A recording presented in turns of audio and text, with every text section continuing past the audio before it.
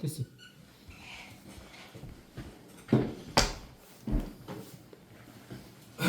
이렇게.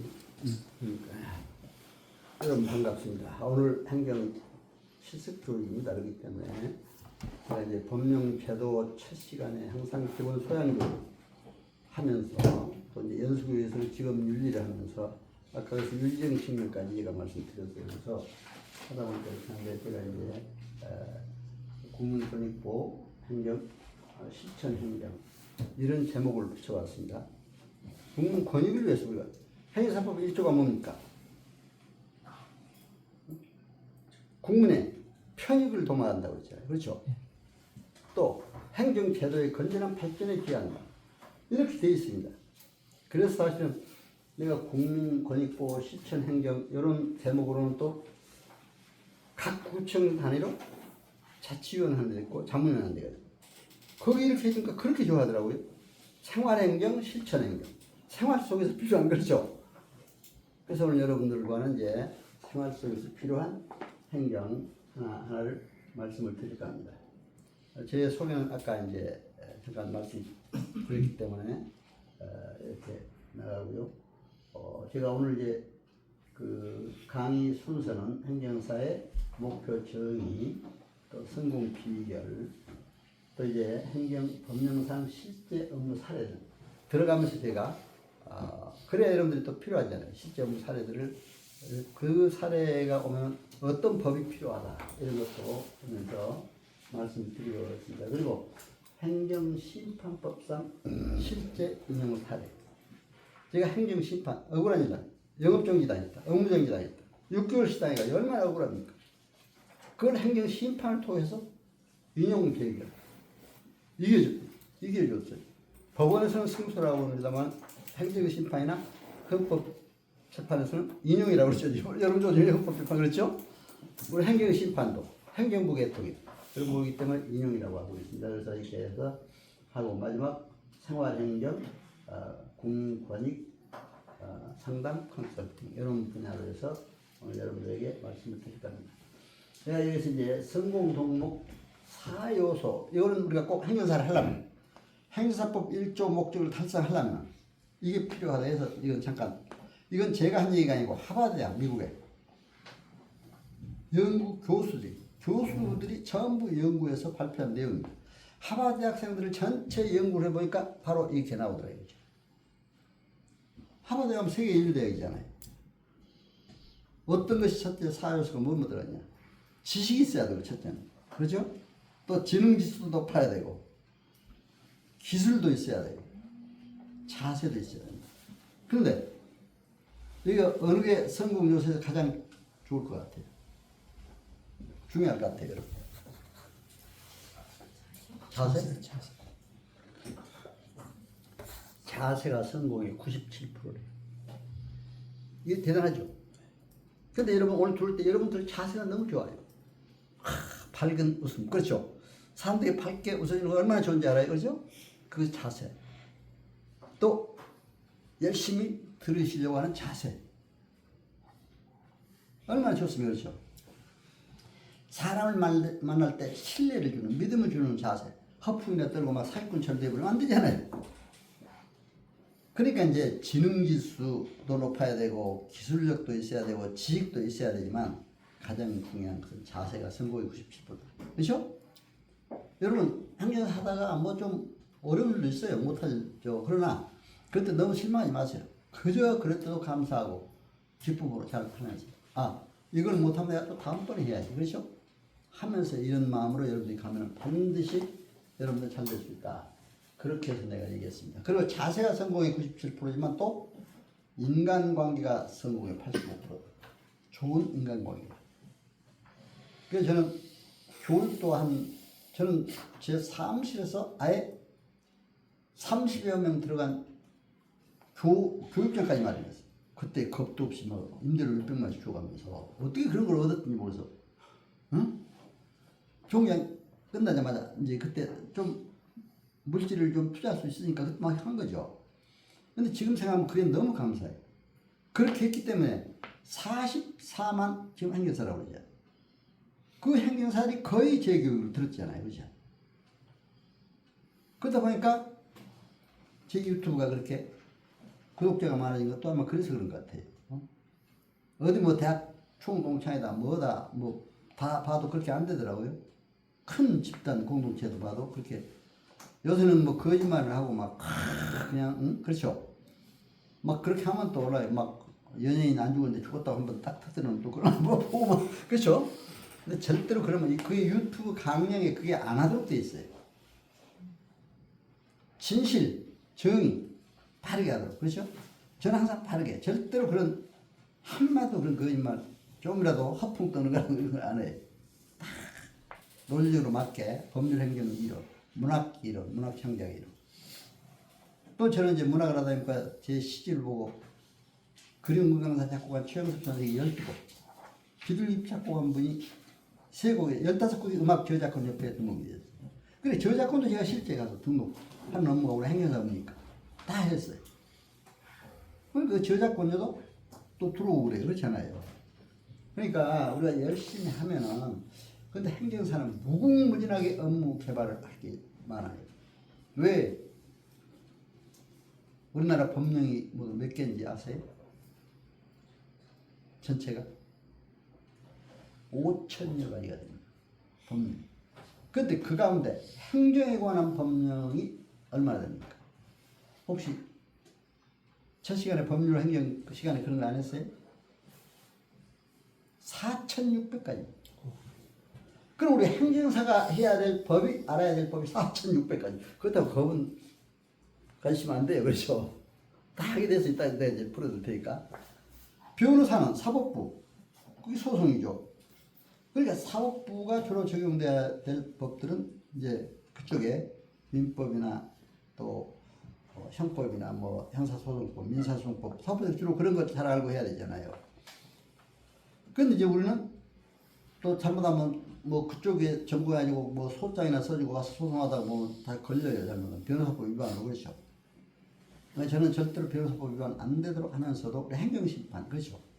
행정에 관한 그것마다 무궁무진하게 많은데 그러니까 여러분들이 그렇게 알고 하면은 분명히 여러분들은 성공할 수 있다. 그래서 말씀을 드립니다. 먼저 아까 우리 행정의 정의를 알아야 돼요. 그렇죠? 저 이제 서울대 행정대학원 처음 딱 들어가서 첫 시간에 그게 전부 하버드대학 출신들이 교수라고 있더라고요. 행정대학원. 행정에 대한 개념을 딱 그때 알려줘요. Public Administration. 퍼블릭은 공익성, 공공성. 미니스트리에서 유래했대요. Administration. 그럼 미니스트리는 장관, 목자라는 의미도 있지만 섬기고 봉사한다는 거예요. 그렇죠? 여기 혹시 뭐 공직에 장관 뭐 장관님이나 또 그런 분이 오신지도 모르겠습니다만 제가 강의할 때는 꼭 장관들이 여러 명씩 왔어요. 한번 한양대학교 그쪽에서 그 몇백 명씩 올 때 그렇게 왔어요. 그때 대한행사협회 그쪽 초창이니까 막 500명씩 400명 300명 보통 오면 그 대학 강당에 크게 빌려가지고 있어요. 그러면은 장차관들이요 그 가운데 꼭 한 10여 명 국립대 총장 우리 자격을 받잖아요. 국공인박교 교장도 받잖아요. 그렇죠? 국공인박교니까 그러니까 그런 사람 와서 들어요. 그래서 내가 그 자리에서 막 얘기했습니다. 장관, 목자라는 의미도 있다. 그러나 섬기고 봉사한다는 거. 그렇죠? 국민을 섬기고 봉사한다는 거. 그걸 굉장히 강조를 했어요. 국민을 사랑하고 섬기고 봉사하는 정말 행정사를 살려나갈 수 있어요. 올해 성공할 수가 있다. 저는 그렇게 생각을 합니다. 제가 경험을 통해서 해보니까 그러니까 저는 우리 행정사도 Public Administrative Lawyer 저는 그래요. 행정법률가다. 행정법률가가 돼야 된다. 그렇죠? 일본의 행정사 제도를 연구하러 갔었어요. 그때 대한행사협회에서는 이제 행안부 장관도 와서 듣고 그래서 강의도 듣고 있는데 행안부 차관이 한번 일본 행정사 제도를 한번 연구하러 가재. 우리 거기 회장단 나는 그때 교육부를 총괄하는데 그 책임 맡았으니까 그래서 가재요. 갔어요. 일본 행정사 제도를 총무성 우리로 말하면 행정안전부 같은 기관이 일본 총무성이에요. 일본 행정사를 관할하는 기관이니까 우리가 행정안전부 그런 걸 관할하잖아요. 거기도 가고 일본 행정 거기는 행정서사연합회라고 하더라고요. 그 연합회로 갔어요. 가서 이제 전부 연구하고 듣고 한 걸 저는 그대로 저는 어디 가면 연구하는 스타일이 책을 다 보고 연구해서 번역기가 연구해서 국회에서 발표를 했어요. 국회 정책 세미나에서. 그러니까 거기 국회의원들 많이 듣고 또 국회 공무원들은 우리 행정사 자격을 주잖아요. 어? 그렇죠? 법원도 행정직에 있던 사람들은 행정사 자격을 줍니다. 그러니까 이제 국회 직원들이 다 듣고 많이 그 국회 세미나도 했는데 일본 행정사에 대해서는 이따가 내가 간단히 말씀드리겠습니다만은 일본에서는 행정사를 뭐라고 하는지 아세요? 그걸 먼저 물어보기 위해서 가의 법률가 가 우리가 종로 1가 종로 2가 을지로 1가 3가 그러잖아요. 그러니까 그 거리가 있잖아. 네, 가의 법률가. 그럼 뭐예요? 자기들 왜 하필 가의 법률가라고 하느냐? 그러니까 그 사람들이 하는 대답이 참 재밌어요. 국민들하고 거리에서 가장 가까이 할 수 있기 때문에 자기는 가의 법률가라고 불렀대. 네? 의미가 있잖아요. 그러니까 가의 법률가. 그래서 행정사가 변호사보다 훨씬 더 국민들하고 가까이 훨씬 더 위상이 돈도 잘 벌고 그런데요. 아니 내가 뭐 또 다른 자격사들 비교하는 건 아닙니다. 뭐 다른 자격 다 잘하면 더 잘할 수도 있고 그렇죠.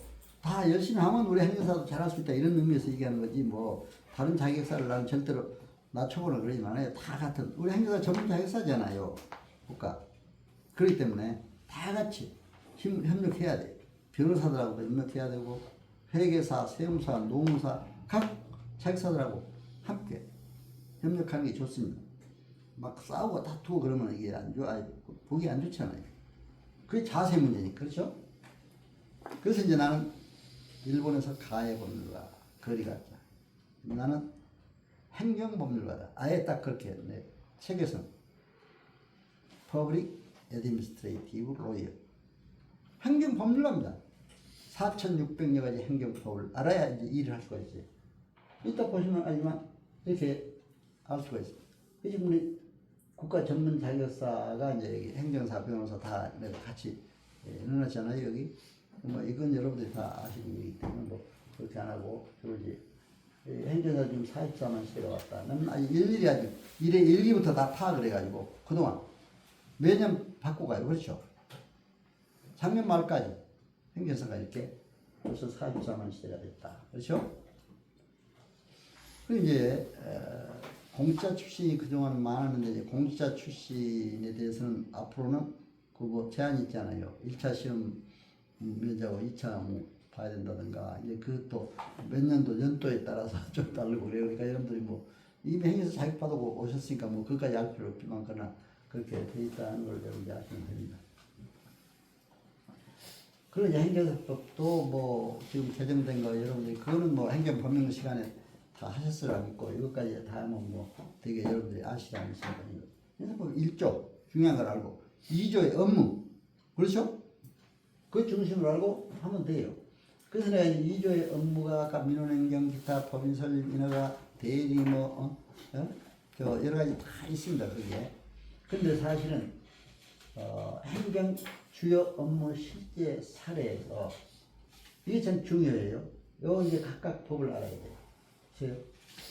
행정사 2조의 업무가 있잖아요. 업무 내용이. 그러니까 이 업무 내용은 여러분들이 뭐 법령 제도 시간에 이런까지는 다 충분히 해야 돼요. 또 그렇잖아요. 행정사법에 대해서. 그래서 뭐 하시더라고 않고 저는 실습 위주로 하는데 이게 보세요. 여기 이제 행정사 주요 업무에 관련 법령이 뭐냐? 그렇죠? 다 있죠? 여기 다 보여요? 국가 유공자 업무한다. 아까 우리 윤기주 지방경찰회장이 또 국가유공자 전문, 그렇죠. 국가유공자에 관한 그 법들이 다 있잖아요. 저도 국가유공자 업무를 참 많이 해봤어요. 그렇기 때문에 유공자 업무를 하면 이런 법을 알아야 된다. 그리고 저는 이제 여기에 특히 이제 음주운전이라든가 이런 거에 걸려서 많이 또 오더라고요. 도로교통법 그걸 알아야 되잖아요. 도로교통법. 또 출입국 관리 업무, 국적법, 출입관리법. 저는 처음에 행정사를 시작하면서 베트남 여인이 한국 남자와 결혼했다고 하면서 나를 찾아왔어요. 국적 취득을 좀 해달래. 그런데 한 번도 나는 국적 취득 기간에 있어 본 일이 없어요. 해본 일이 없어요. 처음 맡아. 여러분 어떻게 하겠습니까? 못한다고 돌려보내요? 어떻게 하실래요? 여러분 같은 만약에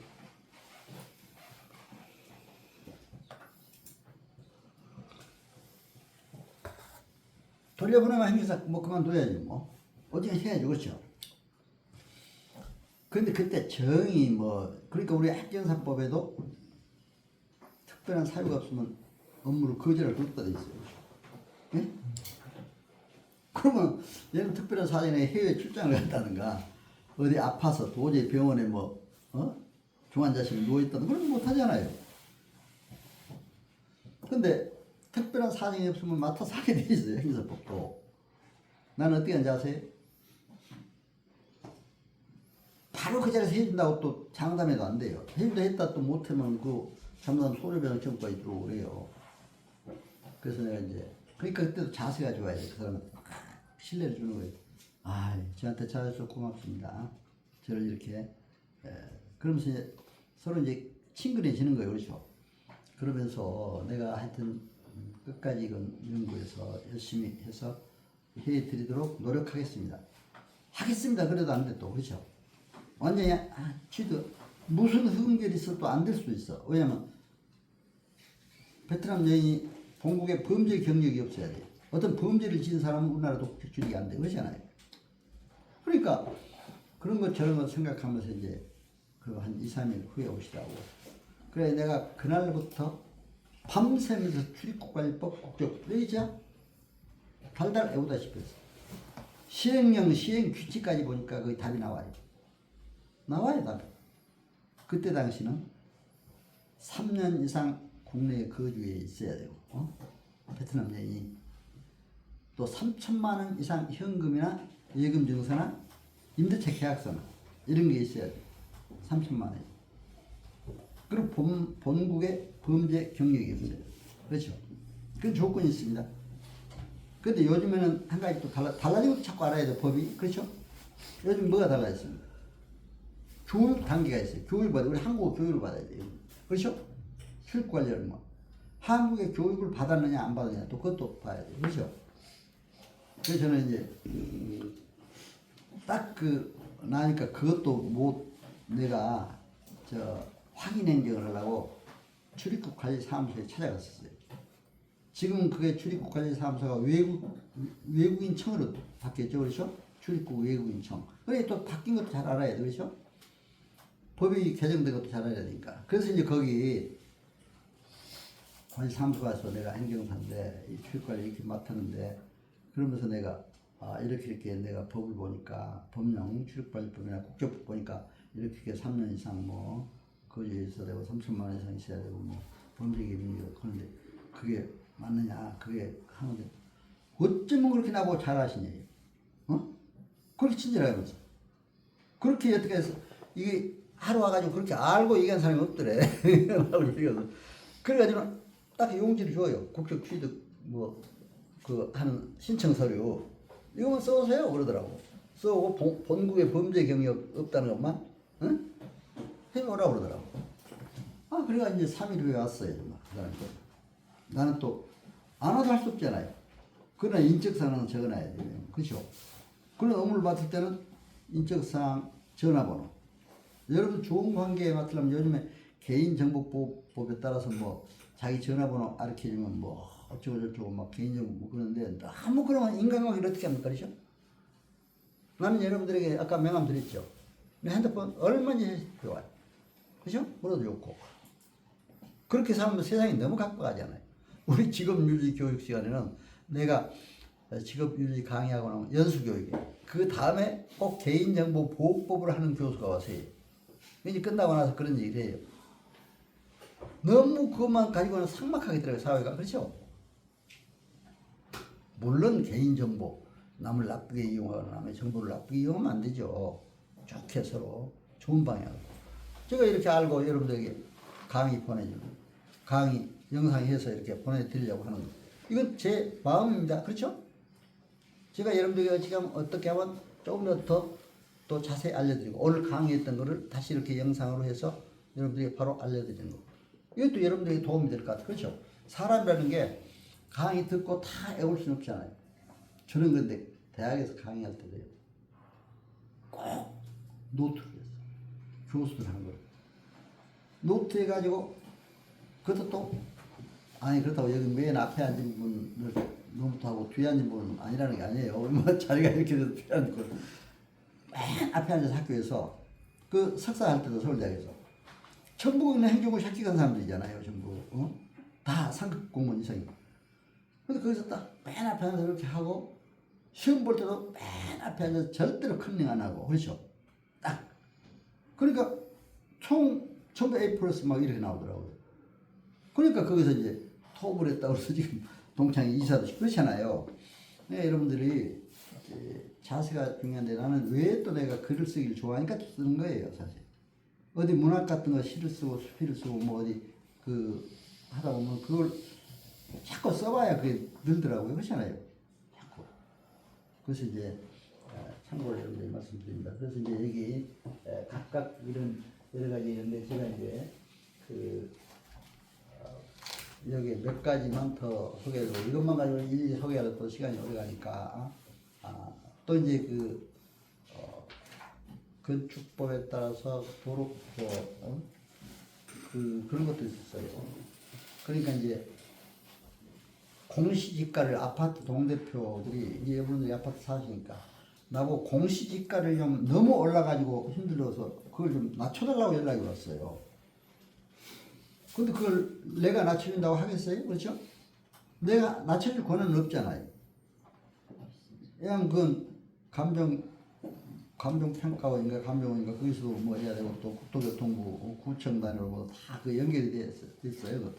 그러니까 이제 그럼 내가 행정사로서 할 일 최선을 다해서 뭐 노력을 해보겠다. 그래가 이제 그 옆에 아파트 주변 시세를 알아보라 해서 시세를 알아왔어요. 알아가지고 그걸 전부 이제 하니까 그 시세가 좀 높더라고요, 여기가. 그래서 내가 그 시세 다 조상을 해 넣었더니 진짜 좀 낮춰줘요. 그러니까 우리가 아니 그러면 지금까지도 그 동대표들이 나한테 고맙다고 그러고, 그렇죠? 물론 물질적인, 그러나 행정사는 보수가 어때요? 법정 보수가 아닙니다. 공인중개사는 법정으로 딱 정해졌어요. 그렇죠? 몇 프로. 그렇죠? 딱 정해졌어요. 근데 행정사는 그게 정해진 게 없어요. 변호사도 정해진 게 없습니다. 그치? 약정 보수라고 그랬죠. 서로 이제 약정해서 서로 계약서상에.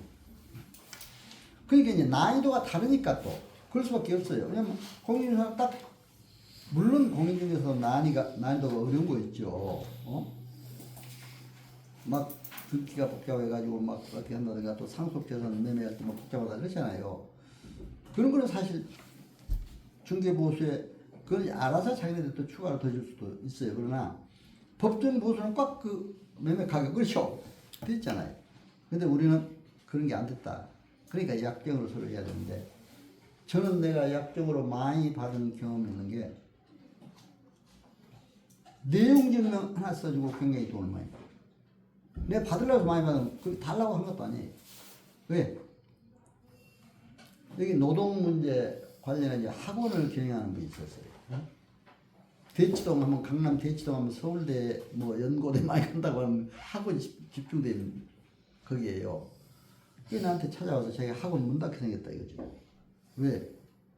그랬더니 처음에 통업한다고 누가 약속은 해놓고 자금은 못 대고, 직원들만 거기 채용해가지고 직원들의 월급을 화나니까 또 이 사람 안 줘버린 거예요. 그렇죠? 안 주니까 그 사람들 노동부에 고발해서, 요즘에 월급 안 주면 그건 당장 고발감이잖아요. 월급은. 그래가지고 경고장이 나온 거예요. 문 닫으라고. 나한테 찾아왔어요. 근데 그때 물론 노동 심판까지 이런 단계에 갔다면 노무사한테 보내버려야 돼요. 우리가 하면 안 돼요. 그렇죠? 그냥 단순히 행정기관에 일단 내용 증명을 써주는 거예요. 할 수 있잖아. 내용 증명 그 사실 들어가지고 썼어요. 내용 증명 써가지고 이제 그 노동부에도 보내고 당사자들한테도 그렇게 해서 왜 그렇게 해가지고 그런 식으로 했느냐고 이제 보내고 했더니 노동부에서 조정을 좀 해서 서로 의논해서 타임에서 결정을 이렇게 나왔어요. 타임에서 잘 결정이 됐어요. 그러니까 문 닫게 된 그분이 얼마나 고맙게 생각했습니다. 보통 내용 증명 안 했으면 아주 복잡하고 힘든 거는 2, 30만 원. 작은 거는 10만 원. 그렇죠. 나는 몇백만 봉투 두둑하기가 힘들다니까요. 식사 막 맛있게 대접해주고. 아니 생각해보세요. 그건 돈이 문제가 이런 거 하고를 하게 됐는데 못하게 된 거. 그렇죠? 그렇게 안 하겠어요?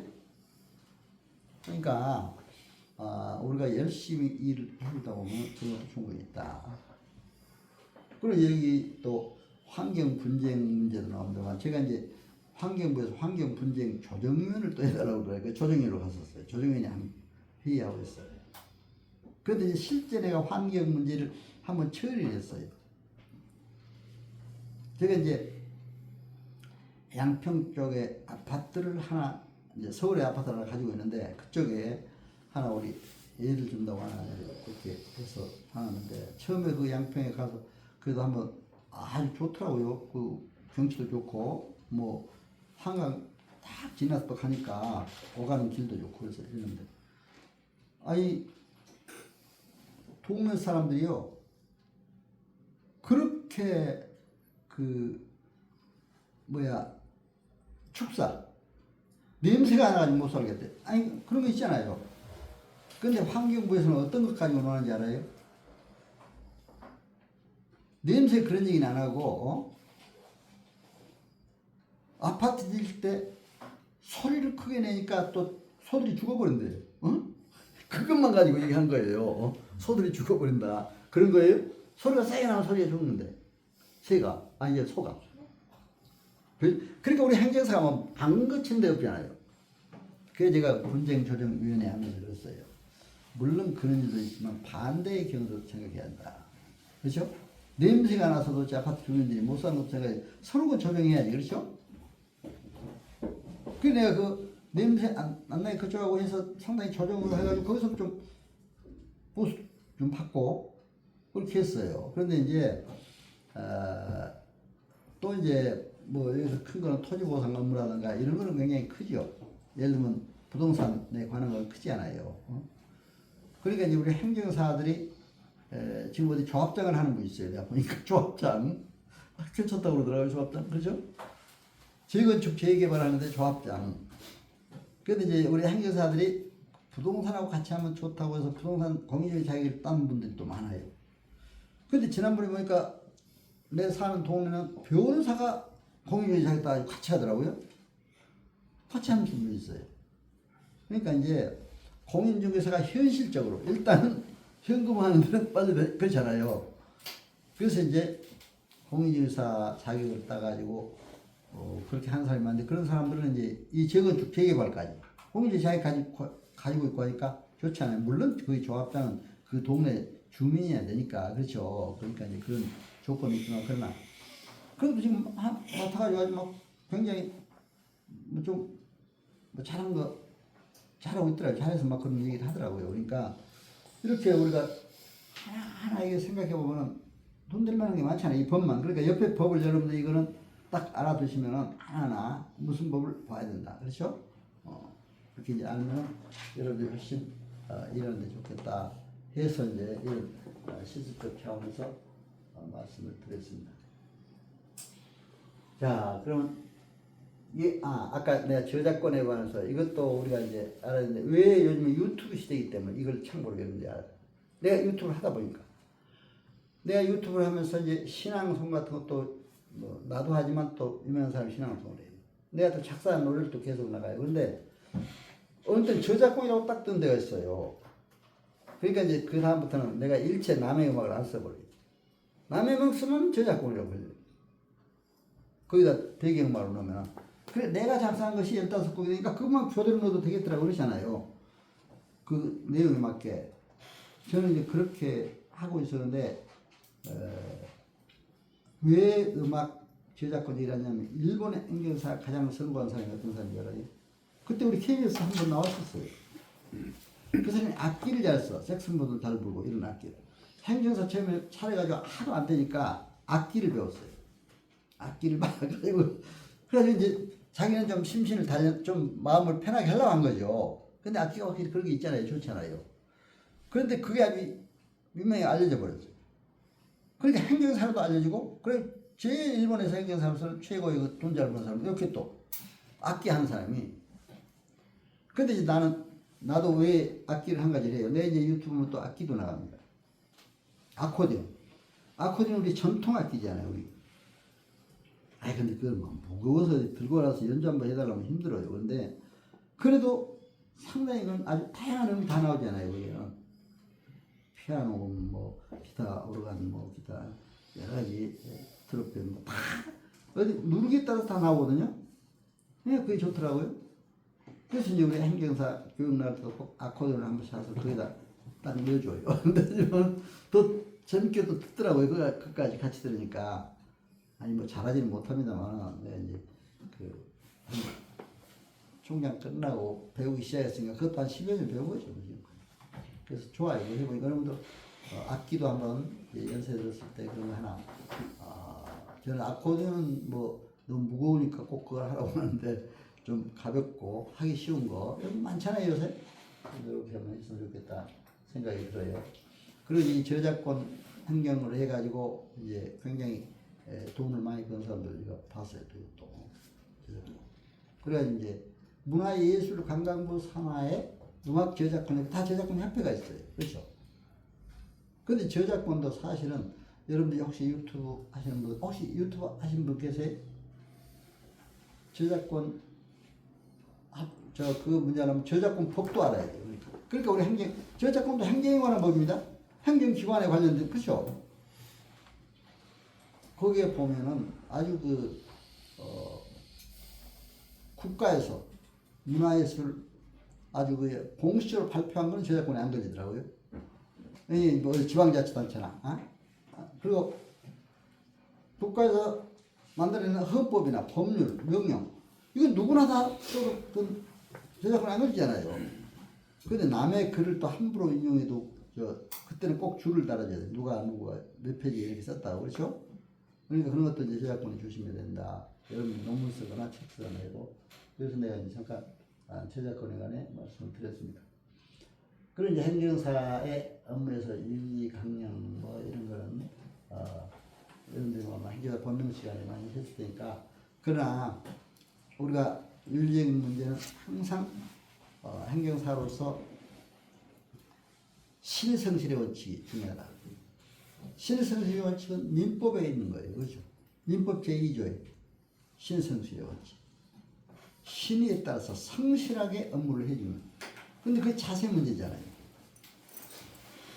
근데 이제 우리 공직에 있던 사람들은 사회나 뭐 하면 그래도 국민들이 신뢰를 좀 해주더라고요. 그건 사실이에요. 신뢰를.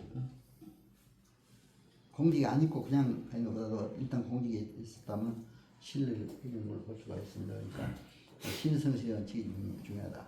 또 권력남용의 금지 원칙 이런 것도 중요하다 해서 잠깐 말씀을 드렸습니다. 그리고 이제 여기 일본 행정사에 대해서 잠깐 제가 이제 이렇게 근데 참 일본 행정사는 일본을 잘 몰라도 알겠더라고요. 한문이 많으니까. 그렇죠? 한문이 많으니까. 일단 일본에서는 뭐 국민의 편리에 기여하고 뭐 그렇게 돼요. 우리는 국민의 편익에 기여한다고 그랬잖아요. 그러니까 우리하고 비슷해요. 근데 사실 일본 행정사제도가 아마 다른 나라에 비해서는 행정사로서는 제도가 잘 됐어요, 사실. 잘 된 건 우리가 본받고 또 그래야 되죠. 다른 나라들은 보면 거의 다 뭐 변호사들이 주로 행정업무까지 하고 다 그러잖아요. 근데 우리나라하고 일본하고만 유일하게 행정사가 이렇게 굉장히 가까 이렇게 볼 수가 있습니다. 그래서 이런 여기 행정서사라고 이렇게 돼 있잖아요. 그래서 자기네들 이제 행정서사 우리가 뭐 그러니까 이제 우리 행정사들이 우리는 행정사라고 바꿨잖아요. 왜냐면 서사하고 마침 대서소나 뭐 꼭 그런 식으로 잘못 오해를 하기 때문에 그런 이제 옛날에 단순히 대서처럼 뭐 글만 써주는 그런 게 아니잖아요. 지금 행정사는 내가 해보니까 굉장히 광범하고 폭넓은 법률적인 업무잖아요. 그래서 이제 그런 업무라는 걸 여러분들이 알고 이제 해야 된다. 그리고 그래서 이제 우리가 행정사를 하려면 이렇게 법률도 잘 알아야 된다. 헌법, 민법, 형법, 행정법 다 알아야 돼요. 그리고 판례도 봐야 되고, 그렇죠? 헌법에 대한민국 민주공화국이다. 민주공화국, 그렇죠? 자유민주주의 공화국이죠. 그리고 헌법 10조에는 또 행복추구권, 또 평등권, 국민의 기본권에서 이런 조항들을 우리가 분명히, 내가 지난번에 행정심판 쓸 때도 헌법을 많이 인용했어. 헌법의 국민 행복추구권을 위반했다. 이제 공직에 계신 분들은 공직에서 어떤 행정처분을 하지 않아요. 행정처분을 했는데 그때는 이제 아까 이제 그 업무 정지당한 거, 영업 정지당한 거, 6개월 정지당하고 합니다. 참 기가 막히잖아요. 근데 그거는 이상이 한쪽 그 민원인의 얘기만 갖고 그렇게 이제 처분하는 경우였어요. 6개월 업무 정지 처분하면 형사벌까지 나와요. 벌금형까지. 그럼 어떻게 됩니까? 벌금형까지 나오면 경찰에까지 가야 돼요. 그쪽까지 고발하게 돼요. 그렇지 않아요? 그러면 형법도 알아야 되겠더라고요. 형법도. 근데 헌법은 기본적으로 우리가 알아야 된다. 그래. 그렇죠? 대한민국 헌법. 요즘에 하도 헌법이 많이 지금 우리 국내적으로 그렇게 나온다면은, 저는 이제 사법고시 공부한다가 6, 7년 공부하면서 그때는 막 달달에 외우다시피 했는데 지금도 다 잊어버려서 뭐하니 뭐. 그러나 이제 또 기본 내용을 알죠. 그리고 또 민법도 아까 신의 성질 2조예요. 그리고 민법을 알아야 법인 설립 인허가 행위를 할 수가 있어요. 법인 설립. 공익법인, 비영리법인은 행정사가 해야 될 일입니다. 법인 설립. 그렇죠? 영리법인은 누가 해야 됩니까? 상법이지만 법무사나 변호사들이 주로 하죠. 근데 왜 그러냐면 이제 보세요. 그것들이 법을 알고 법에서 딱 그렇게 하고 있어요. 민법에 보면은 영리법인, 비영리법인이나 공익법인은 행정관청의 허가를 얻음으로써 설립된다 그랬어요. 행정관청의 허가를 얻어야 되니까 행사문제예요. 그렇죠? 영리법인은 어떻게 인지 알아요? 그건 또 상법에 나와요. 그게 상법도 알아야 된다고요. 상법에. 주식회사, 한명회사, 합자회사, 유한회사. 영리법인들이죠. 영리법인은 등기함으로써 설립이 되게 되었어요. 등기는 누가 해요? 등기는 지금 법무사들이 해야죠. 그런데 이제 큰 회사 같은 거 차릴 때는 되게 그쪽에 변호사나 뭐 법무사나 이렇게 법무팀을 두고 또 법인 설립을 하죠. 뭐. 그러니까 이제 우리가 행정사학교에 그런 영리법인 설립 그런 걸 또 하면 잘못하면 그렇잖아요. 뭐 법무사법 위반이다, 변호사법 위반해서 할 수가 있어요. 그러니까 행정법인, 공익법인 얼마나 저도 법인을 많이 설립했어요. 제가 참 법인 설립하다 하도 재밌는 사건이 하나 있었어요. 가수협회 법인을 하나 설립했거든요. 가수협회.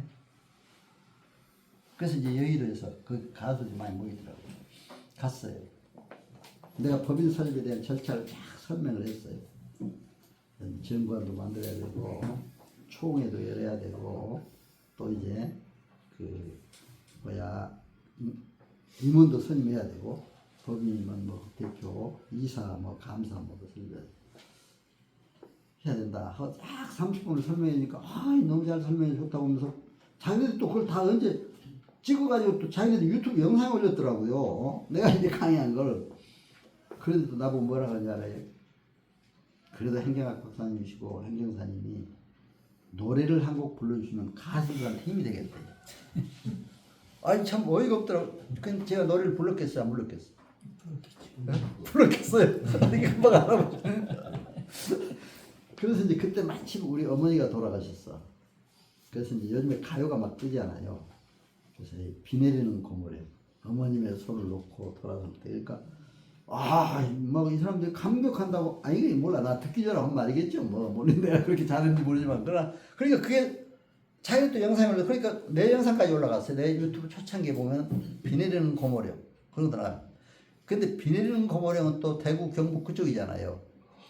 그러니까 또 그쪽에 하면 요즘에 하도 영남이다, 호남이다 그런 게 많으니까 여러분들 우리는 절대로 어느 한쪽에만 치지도. 그러니까 목포의 눈물을 하나 더 넣었어요. 그럼 영남, 호남이 같잖아요. 그리고 또 이북 쪽에 또 하나 넣어야 되더라고서 눈물 젖은 도망가 한마는 되든가 뭐 이런 거.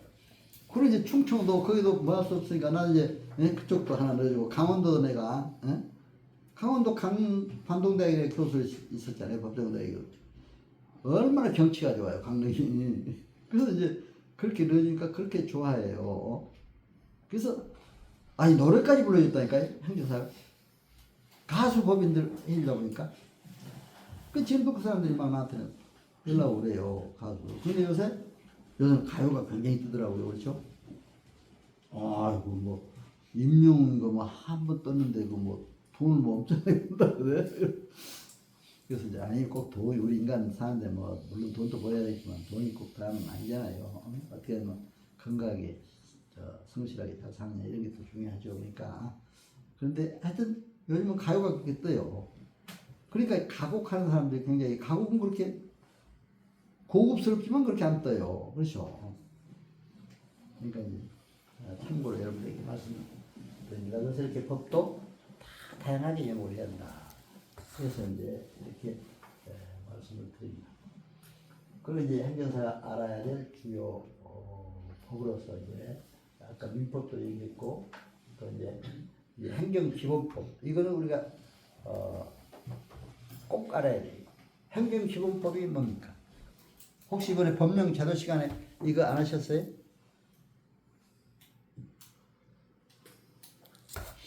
예를 들면 민법이 총칙적, 민법 총칙 있잖아요. 저희들이 사법부 연구할 민법 총칙, 물권법, 채권법, 친족상속법까지 다 배워요. 공부를 다 해야 돼요. 민법이 굉장히 넓어요. 범위가 커요. 근데 민법에 총칙이 있듯이 4,600여 가지 행정에 관한 총칙적 규정이 있다. 그러니까 행정기본법을 알아야 되잖아요. 그렇죠? 총칙. 그러니까 여러분들이 행정기본법은 꼭 알아야 된다. 그래서 내가 이제 행정기본법에 대해서, 저는 이제 이 행정기본법을 연세대 어느 교수가 우리 행정사회에 와가지고 한 일주일간 강의했어요. 저는 일주일간 또 강의를 꼬박 들어봤어요. 어떻게 하나. 근데 그 도움이 되더라고요. 그게 행정기본법에서 종합적으로 이 행정기본법이 여러 가지 그렇게 많은 조항은 아니에요. 한 40개 정도 되죠. 그런데 아주 여기에 기본 원칙도 있고, 행정기본법의 기본 원칙을 알아야 우리가 행정심판서를 잘 쓸 수가 있어요. 그렇죠? 여기 기본 원칙 같은. 여기 다 설명하면 이것만 가지고 도대체 평등의 원칙, 네? 권위라는 금지의 원칙, 비례의 원칙, 자기 구속의 원칙, 이런 원칙들을 다 외우고 있어야 우리가 행정심판서를 쓰더라도 할 수가 있어요. 관청에서 만약에 이 행정기본법 이 원칙에 어긋나게 했다면 행정심판 대상이 돼요. 그렇죠? 한번 보세요. 자기 구속의 원칙. 이제 이해하기 어려운 걸 내가 설명해. 행정관청이 예를 들면 A라는 사람하고 B라는 사람이 똑같은 조건이 있는데 법인 소유 인허가를 냈어요. A라는 사람은 좀 예쁘게 봤는지 해주고 B라는 사람은 안 해줬어. 안 되겠어요, 안 되겠어요? 똑같은 조건인데 안 되죠. 그것이 자기 구속의 원칙입니다. 행정기관은 자기 구속의 원칙을 어긋나면 그것도 행정심판 대상이 돼요. 그렇죠? 권리남용, 잘못하면 막 그냥 남용해가지고 그렇죠? 근데 요즘에 법치주의 반드시 법은 지켜야 한다. 그렇죠? 헌법, 민법, 우리 행정사들은 이거 다 알아야 되니까 이제 그 법을 지켜야 되는 건데 그 법을 모르면 안 되잖아요. 법치주의 원칙, 비례의 원칙, 또 뭡니까? 이제 이건 부동산과 관련된 게 많아요. 이제 예를 들면 도로를 내는데 그건 공익을 위해서 도로를 냈기 때문에 굉장히 공익적으로는 유익하잖아요. 고속도로 내는데. 근데 그 토지를 수용당한 사람은 얼마나 억울하겠어요. 그렇죠? 한번 생각해보세요. 개인적으로 다 수용당해서. 그러면 공익에서 그만큼 큰 유익이 된다면 그 사람에게도 크게 보상을 해야 된다. 이런 얘기예요. 비례해서. 비례, 알았죠? 그것도 행정관청이 잘못했을 때는 그것도 행정심판이 된다.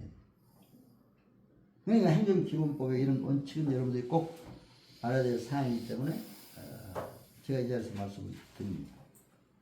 그래서 이런 것도 이제 꼭 여러분들이 알고서가 아닙니다. 행정기본법의 기대의 효과에서 이게 이제 제일 중요한 거는 적극 행정이라는 게 강조했어요. 적극 행정. 제가 이제 행정학 석박사 받으면서 논문을 쓸 때 이제 북한 행정까지 연구했어요. 같이. 북한 행정에서는 적극 행정이 없어요. 전부 무사안일주의. 왜? 당이 시키는 대로만 행정해요. 당과 노동당에서. 그렇죠? 북한의 노동당에서 거기도 행정기관이 있습니다. 전무원, 각 부서 거기는 위원장, 부장이라고 그러잖아요. 장관급을. 그렇죠? 있어요. 총리도 있고. 그렇죠? 행정기관은 갖추고 있는데 그 사람 힘이 없어요. 당에서 하라는 대로 노동당에서. 그렇죠? 그게 정치에, 행정과 정치의 통합해서, 법률적으로는, 학문적으로는 정치와 행정의 통합 현상이 되면 안 돼요. 정치와 행정은 분리돼서. 행정은 행정대로. 그렇죠? 정치는 그렇게 가야 돼. 그 국가가 민주국가가 되는 거예요. 이런 것도 알아야 되잖아요. 그러니까. 그래서 기본법에 적극 행정. 근데 내가 북한 행정을 분석하다 보니까 그거는 무사안일주의 행태예요. 시키는 대로 하지 마. 그렇죠? 법에 위반은 안 되게만 하지. 그래 그냥 그대로 행정 처분을 해요. 근데 우리도 나도 공무원 생활 해봤지만 그런 걸 참 조심해야 되더라고요. 왜? 정말 적극적으로 국민 권익을 위해서 해야 될 때도 그걸 했다가 잘못하면 내가 법에 위반으로 걸릴까 봐서 못하는 경우가 있잖아요. 그렇죠? 어떤 법에. 근데 이번에 행정기본법에서 이 적극 행정이었어요. 그런 건 이제 앞으로 요거 하는 사람은 더 오히려 이제 공로를. 그렇죠? 그러니까 여러분들이 이런 것도 이제 우리가 새로운 것도 이제 알아야 돼요. 이게 바로 2021, 2, 3년 전에 지금 통과됐잖아요. 시행되고 있잖아요. 행정기본법이. 이번에 그 법령 제도 시간에 이런 건 안 하셨어요, 혹시? 행정기본법? 이런 거는 반드시 알아야 돼요. 내가 지난번에 행정 심판서 쓸 때도 이 원칙을 하니까 딱 이겼어요. 딱. 법치주의 원칙. 예? 권력 남용이 없나. 그 직원이, 그렇죠. 공무원이. 그러니까 이제 행정사다 보면 또 이상하더라고요. 나도 공무원 생활 했는데 공무원에 대해서 또 상대를 해가지고 뭘 하게 돼. 그렇죠. 그러니까 그게 좀 아이러니한데, 그럼 어떻게 합니까? 국민 편에서 우리는 일하는 거니까. 공무원이 잘못하는 거 아니고. 근데 그때에서 나는 행정심판에 사실은 여러분들이 이제 잘 그걸 알아야 됩니다. 그거 쓸 때 완전히 법치주의 원칙, 헌법의 기본 원칙, 행복 추구권, 국민의 기본권 다 망라하면서 다 썼어요. 그러니까 이제 행정심판에서 감격을 하도 뭐 어떻게 이렇게 다 알았습니까? 예? 그래가지고 이제 이걸 안 된다. 영업정지, 업무정지 6개월이라는 것은 그 사람 생계에 관한 중요한 문제다. 그리고 심리적으로 얼마나 고통을 받겠어요. 그렇죠? 한번 생각해보세요. 여러분도 뭐 하다가 딱 찬찬 매상이 잘 오르는데 영업 정지를 시켜버렸다. 그러면 그 기가 막힌 일 아니에요? 6개월 동안? 근데 이걸 할 때 또 잘해야 돼. 행정심판. 이렇게 다 가지고 행정심판법에 그 쓰는 요령이 다 있잖아요. 행정심판. 소송도, 저도 국가소송 수행 담당관 돼가서 법학을 전공했다고 해서 사무관, 서기관 이상은 또 국가소송 수행 담당관을 법무장관으로 임명해 줍니다. 그러면 그 부처를 대표해서 실제 법원에 소송해요. 변호사 역할을 하는 거예요. 그렇죠? 아마 혹시 해보신 분들은 아실 거예요. 저는 그걸 해봤어요. 그러니까 이제 이런 것도 행정심판 쓰는 것도 상당히 뭐가 오니까 내 마음에 와닿더라고요. 그래서 이제 이런 걸 다 인용하고 헌법부터 민법, 형법까지. 그렇죠? 형사벌을 받게 되니까 이건 정당 행위로 산 거다 말이에요. 위법성, 저각사유가 형법이 있어요. 4개가. 딱 20조에. 딱 법. 정당행위, 정당방위. 그렇죠? 그런 것들은 면세가 될 수가 있어요. 그러니까 우리 행정사관은 맞는 방법가 돼야 되더라고요. 그렇죠? 그래서 나는, 야, 이게 좀, 그렇다고 겁먹지 마세요. 뭐 이제 괜히 또, 이렇게, 닥치면 또 거기에 따라서 이렇게 하면 되니까. 그래서 이제 여러분들 그렇게 하시고, 이런 행정기본법에 따라서 얘기한다. 그리고 행정심판법에 따라서 이제 행정심판, 전치주의가 있는데, 이거는 이제 우리가 알아야 되잖아요. 반드시 행정심판을 거쳐야 될 경우가 있고, 안 거쳐야 될 경우. 반드시 거쳐야 될 경우는 뭡니까? 음주운전은 반드시 행정심판을 먼저 거쳐야 돼. 소송을 먼저 하면 안 돼. 음주운전 하다 걸리면.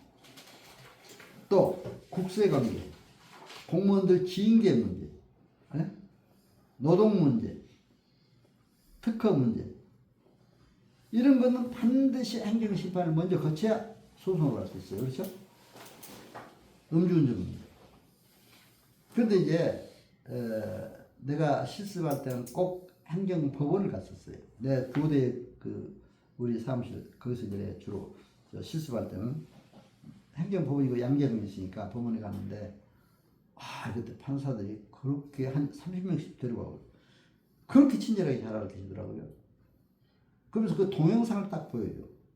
보여주면서 올 때는 또 선물까지 줘요. 행정사님들이 이렇게 자기들하고 사진도 같이 찍고 너무 고맙다고 하면서 그렇게 친절하게 좋더라고. 고맙더라고요. 어떻게 하냐면은 음주운전에 관한 그 사례를 가지고 동영상을 보여주는 거예요. 어떤 사람이 이제 술을 잔뜩 먹고 대리운전 기사를 불렀어요. 대리운전 기사를 부르니까 기사가 이제 얼마 처음에 약정하고 갔겠죠. 뭐 한 5만 원. 그렇죠. 되게 어디까지 가니까 약정. 근데 가다 보니까 자기 생각보다 훨씬 더 멀리 가거든요. 그러니까 아무래도 내 생각보다 훨씬 멀어지는데 돈 좀 더 줘야 되겠습니다. 그러니까 못 주겠다.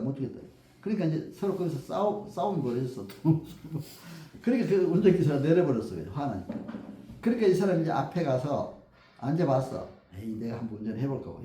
근데 경찰관이 지나가다가 딱 붙잡아 혈중 알코올 농도. 그걸 딱 재보니까 취소 기준. 면허 취소 기준인데. 그러니 이제 취소된 거예요. 어떻겠어요? 그러니까 자기는 운전도 한 발짝도 안 했는데 거기서 잡고만 있었는데 근데 한 걸로 알아가지고 이제 그래가지고 취소됐는데, 그것도 중요한 지금 이 법하고 관련된 거예요. 행정심판 전치주의가 적용되니까 반드시 행정심판을 먼저 가야 되는 소송을 갔어요. 모르고 행정소송. 그러니까 소송에서 이거 행정심판부터 먼저 받아오라고 이렇게 이제 돌려보내니까 행정심판했는데 거기 가서 이제 증거를 제대로 못 댔어요. 못 대니까 그러니까 이제 행정심판에서는 바로 기각당한 거죠. 인용당하면 그게 받아들이는 거고 기각당한 거죠. 음주운전 면허 취소를 취소한다 하면 인용된 거잖아요. 취소하는 거니까 사라지잖아요. 그렇게 나와요. 최고 취지에 소장에서. 근데 음주운전 면허를 그대로 취소한다 해버리면 바로 그게 이제 취소한 걸로 되잖아요. 그러니까 이 사람이 이제 다시 나와가지고 법원에 소송을 또 일단 심판 갔잖아요. 가가지고 이제 소송을 가서 행정소송에 갔는데 거기서는 증거를 막 대리운전 기사 찾아갔어. 제발 좀 나 좀 봐달라. 나 여기서 한 발짝도 운전 안 했다는 것만 좀 봐달라. 그 이제 자기가 그 사진, 그러니까 그 사람이 채취가 있어서 사진을 다 찍어놨더라고요. 거기 자기가 거기 있던 자리를. 그래야지 대리운전 기사 찾아가지고 나 여기서 내릴 줄 아느냐. 나 여기서 한 발짝도 안 하고 운전 이건 찾고만 있었다. 그래 그 증거를 내니까 법원에서 어떻게 해요? 승소했어. 그러니까 막 뛸 듯이 기뻐하죠. 그런 영상을 보여줘요. 그러니까 우리 행정사고도 관련되면서도 그렇죠? 그래서 내가 이게 참 행정사 하면서 저도 많이 공부를 해요. 이게 다양한 그렇잖아요. 그러니까 여러분들이 참고로 이렇게 생각을 하시고 행정심판 문제는 이제 하고 이제 저는 실제 사례로 이제 이거 행정심판 하나 하려면요 한 6개월이 걸려요. 인용제를 받으려고.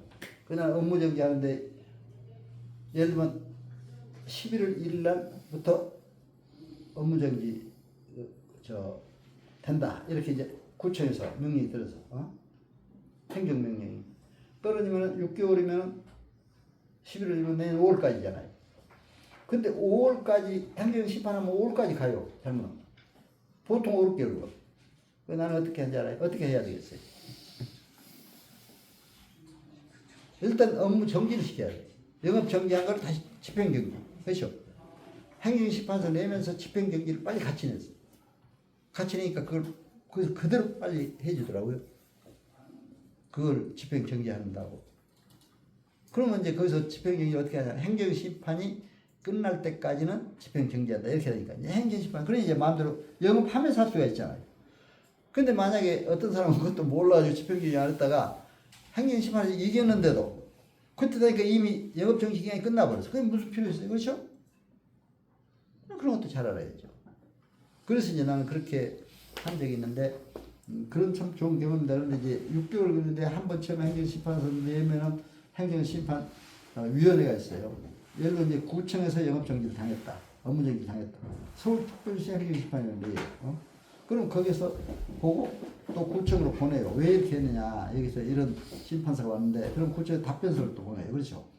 답변서를 또 보내면 항상 이 구청은 자기 합류하는 거죠. 그게 맞다고. 자기들이 한 게 맞다고. 그러면 이제 또는 보충 서면을 다시 써내요. 그게 한 서너 번 왔다 갔다 하면 5개월 된다니까요. 그렇죠? 공무원에 계신 분들은 아실 거예요. 그래서 이제 내가 그 해가지고 끝까지 딱 이겨서 갔더니, 구청에 갔더니 나한테 미안해 죽으려고 그래. 그렇잖아요. 자기는 행정처분을 했는데, 이겨놓으니까, 인용을 받으니까, 그냥 미안하다고 막 그러더라고요. 아니, 그럴 수도 있지. 나도 공무원 생활 해봐서 안다. 다 그렇게. 또 공무원들이 나쁘게 하려고 그러겠어요. 좀, 그렇잖아요. 거기, 어디든지 행정처분은 또 공무원의 또 소관이니까 그렇게 해서 하는 건데, 그래서. 그렇게 해서 이제 했습니다. 그래서, 아이고, 벌써 시간이 이렇게 많이 갔네요. 그래서, 이게 이제, 하고 저는 이제, 이걸 좀 쉬었다가 우리가 이게 50분인가 40분 끝나죠, 그렇죠? 45분. 네. 예, 그러니까 이제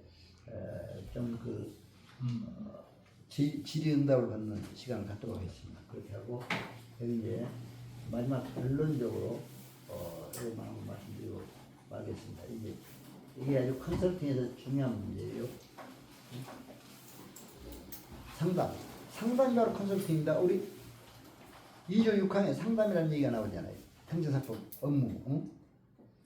상담을 잘해야 돼요. 여러분들 상담을 잘해야 이게 좀 받잖아요.